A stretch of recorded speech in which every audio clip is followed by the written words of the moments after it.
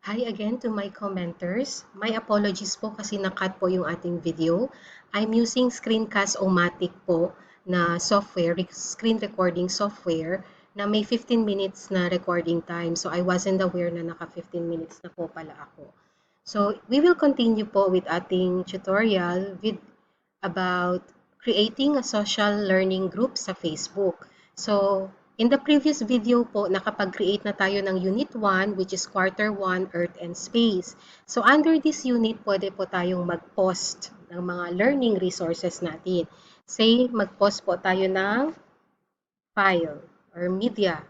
Let's say, audio file, video, or pictures. Let's say, add po tayo ng media. Let's say, sa pictures natin. Let's say, gusto natin, example lang po ito ha.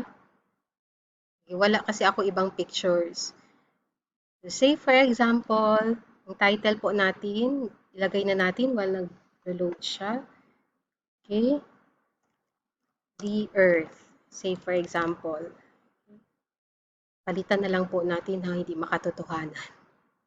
Add media, I think na meron ako dito sa save sa video. Okay. So, open. Okay. The Earth in space. Okay. Tapos, put tayo ng instructions natin. What can you say about the Earth? About the Earth. What can you say about the Earth? Comment below. Comment below. Okay? So, pwede na po natin i-post yan. So, meron na tayong picture. Now, we will add more. Okay? Let's say, gusto ko ng video. So, video po tayo dito. Video, types of plate boundaries. So, while nag-load pa siya, type na po tayo ng title. Let's say, video 1, plate boundaries. Okay? Palitan natin. Okay? So, instructions would be, watch the video about types of plate boundaries.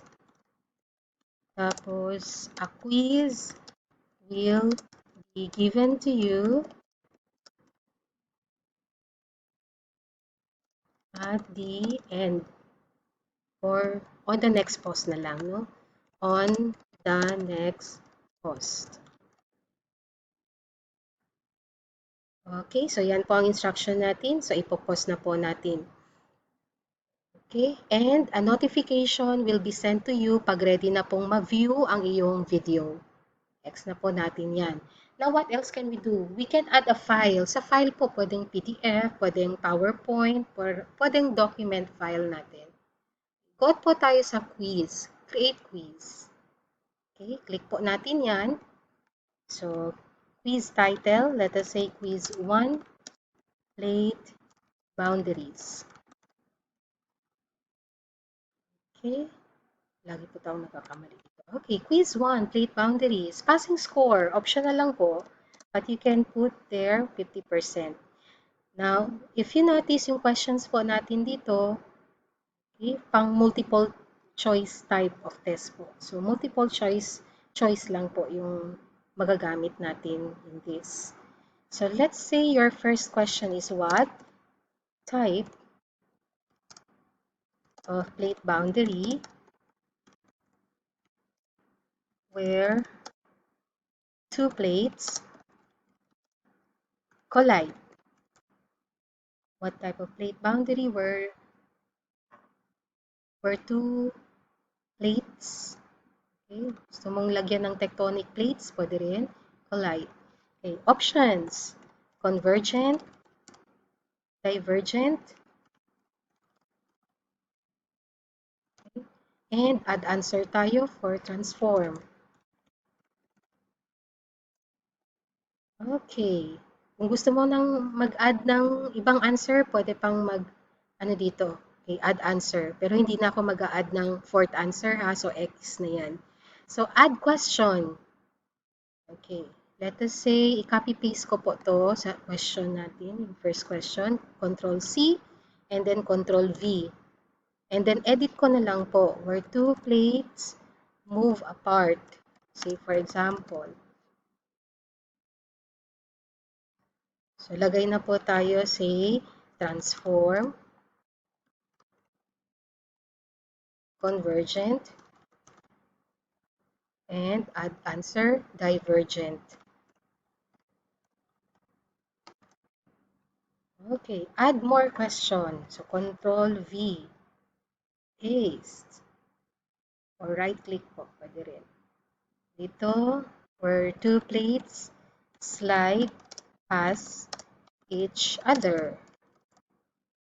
Okay, anong options natin? Let's say divergent, transform, convergent. Add answer, convergent. So, yan po yung three options natin. So, bago mag-click ng done, make sure na ititik natin yung circle for the correct answer. So, for the question 1, where two plates collide, convergent. So, that means ito po yung tamang sagot natin. And you can state your explanation why this one is correct. And then number 2, question 2, where two plates move apart, divergent. Again, pwedeng mag-explain si teacher. I-type lang dito yung explanation why. And then for question 3, transform. Okay. So, done na po tayo. Kung gusto mong i-reorder ang questions, pwede rin. Click on that. And drag and drop lang po. So, gusto natin ito mauna. Then, ito maging second. And third, ito na siya. So, done, reordering. So, once you're done reordering, click on done.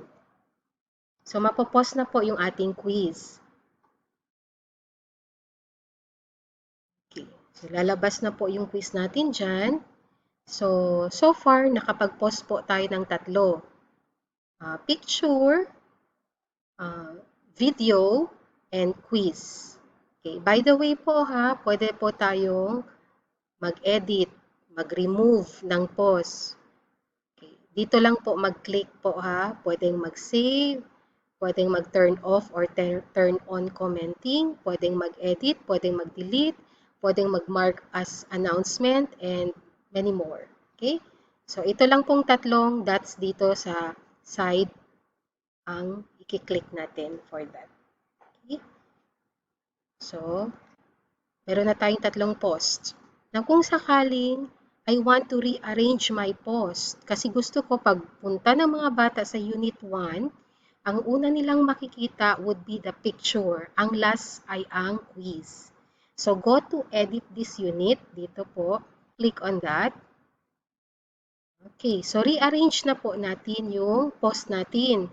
So, drag and drop lang po. Let's say yung picture mauna. Ang quiz, last na po yan.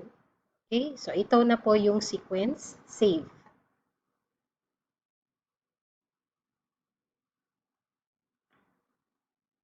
So, makikita na po natin upon opening yung Unit 1, ito na po yung unang makikita ng mga bata.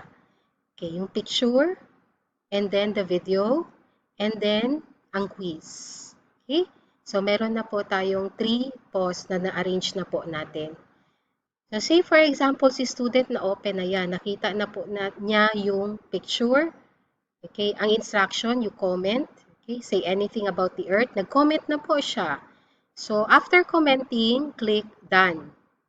Okay, so nag-done na siya. So, notice meron na po ditong color green. Okay, and then may check means done na po. So, yung progress bar niya, 1 out of 3 required pause completed. Okay, next. Isa pa lang kasi ang natapos niya. Sa video, kung napanood na po niya ito, okay, click on this one, done. So, nakadalawa na siya. So, pagtingin sa progress bar, 2 out of 3 required pause completed. And the last pause is the quiz. So, pag mag-take siya ng quiz, dito lang po, take quiz. Okay, take natin ng quiz. Say, for example, okay, transform. Next, move apart. Say, divergent. Magbigay tayo ng isang maling answer. let us say divergent. Okay, submit. Okay, pag submit po, malalaman kaagad ni student yung kanyang result. And notice na yung ating progress bar, 3 out of 3 pos completed. Okay? So, tapos na siya, no? Meron na pong check dito. Okay, that means done na po. So, the student now can view the result. Okay, see answers. So, ito po yung score niya. Your score, 67%, 2 correct, 1 incorrect. So, congratulations, you have passed this quiz. So, nandyan na po. Okay, yung question and the correct answers na may green check. So, done na po. Okay? Notice na pwede talagang mag-retake ng quiz ang estudyante. So, it's up to the teacher kung i-allow nyo po itong mag-retake ng quiz ang bata. If not, i-edit nyo na lang po yung title. Sa title po, mag-add na lang po tayo dito ng whatever additional instructions we want our students to do. Let's say, you are only allowed to take the quiz once. Okay, so pwede kang mag-add po ng instructions dito sa quiz title. Okay? And ang maganda po dito, okay, if the students have already answered the quiz, you can go to the 3 dots here. Click mo yung 3 dots. And then, sa pinakababa, download results. So, you can download the results. Ito po ay in Excel file. So, makikita mo po dyan yung name ng bata, the questions, the answers, including the result niya, yung score niya. So, meron pong download results dito for the quiz. Okay, so that's for Unit 1. Pwede kang mag-add more of your learning resources here just to augment kung ano yung nasa modules nila. Okay, so meron na tayong Unit 1. Now, you want to add more units, another unit. So, punta ka lang sa units again. And then, create unit. Dito tayo sa create unit. Okay, let us say ang title ng Unit 2 natin ay Quarter 2 Physics. Say for example, so optional for you to add a short description. Create unit na tayo. So makikita na natin si Unit 2 there. Okay, so nandito na si Unit 2. Okay. So here na yung ating Unit 2. So pwede ka nang mag-add ng post. Okay? Pwede, again, pwede kang mag-add ng audio file, video, picture. Sa file, pwedeng PDF, PowerPoint, or document. Create quiz, pwede, or pwede ka rin mag-create ng event for your class. Okay? So, meron ka ng 2 units. Okay? What else? Say, for example, sa event.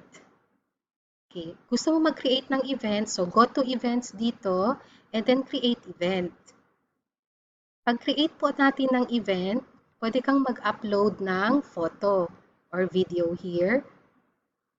Okay, pwede kang mag-name ng event mo. Say for example, virtual class orientation. Okay, and then short description, if you want to, pwede kang maglagay ng agenda mo dyan, if you want, ha? Okay, occurs once, of course. Say, for example, 15. Okay, so yan yung time, 3 p.m. Okay, palitan natin ng, let us say, huwag naman 3. Let's say, for example, 2 p.m. Okay, so mag-end siya, same day, pero 5 p.m., say for example. So, only host can post or anyone can post, show guest list, and do not forget ito, invite all members of the group, and then post natin yung create. Again, pwede kang mag-upload ha ng photo mo dito. Say for example, gusto mo ito. Okay, so nandyan na siya, ma-upload na yung cover photo. And then, create ka na. Okay, so pwede ka na pong mag-invite. Okay? invite ka na po ng mga